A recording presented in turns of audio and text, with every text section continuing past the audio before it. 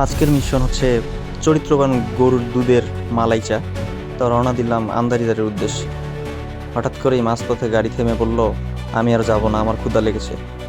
পরে আমার বন্ধু দেখতেছে কোথায় ক্ষুধা লেগেছে। পরে ঘুরে এসে দেখলো যে না, আসলে গাড়ির প্লাগের সমস্যা, একটু ময়লা জমার কারণে গাড়িটা বন্ধ হয়ে গেছে। পরে গাড়িকে বললাম যে চলো, তোমার ক্ষুধা আগে মিটাবো। পরে কোনো রকম ঝাড়ফুঁক দিয়ে গাড়িটা আবার স্টার্ট করে চলে এসলাম রাজুর দোকানে। রাজুর দোকানে এসে দেখি তারা দুই ভাই দোকানে আছে। ও সরি, তারা দুই ভাই না, তারা হচ্ছে বাবা ছেলে।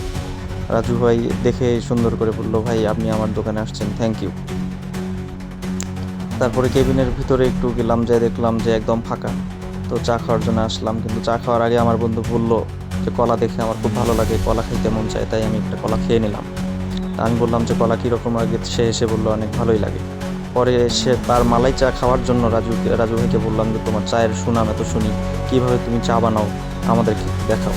তো সে বিভিন্ন উপকরণ দিচ্ছিল আর বলছিল যে সুন্দর করে আপনাকে চা বানিয়ে দিচ্ছি, কিন্তু আজকেই শেষ, কারণ আমি অবিবাহিত লোকের কাছে চা বেছি না। এই কথা শুনে আমি লজ্জায় মুখ ঢাকলাম এবং বললাম পরের বার আসলে বউ সাথে নিয়ে আসবো। তো তার দুধ চায়ের মালাই বানানোর কিভাবে সে তৈরি করে সেটা একটু দেখতেছিলাম।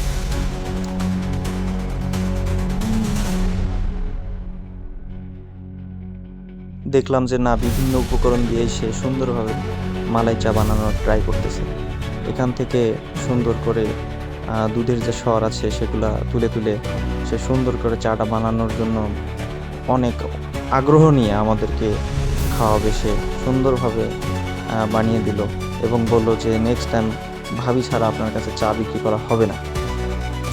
তা আমি বললাম যে ঠিক আছে ভাই, তুমি সুন্দর করে দাও, আমরা তোমার চার অনেক প্রশংসা করি, অনেক সুন্দর হয় তোমার চা, এই জন্য তোমার এখানে আমরা আসি এবং বন্ধু উৎসাহ দিই এখানে আসার জন্য।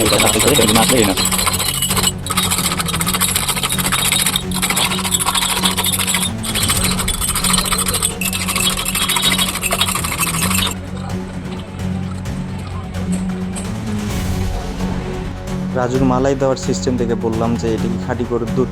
সে আমাকে বলল, না ভাই, এটা গরুর দুধ খাঁটি, খাঁটি গরুর দুধ আমার কাছে নেই, আমার কাছে আছে গরুর দুধ খাঁটি। এই কথা শুনে আমি চিন্তায় পড়ে গেলাম, খাঁটি গরুর দুধ আর গরুর দুধ খাঁটির মধ্যে তফাৎটা কি।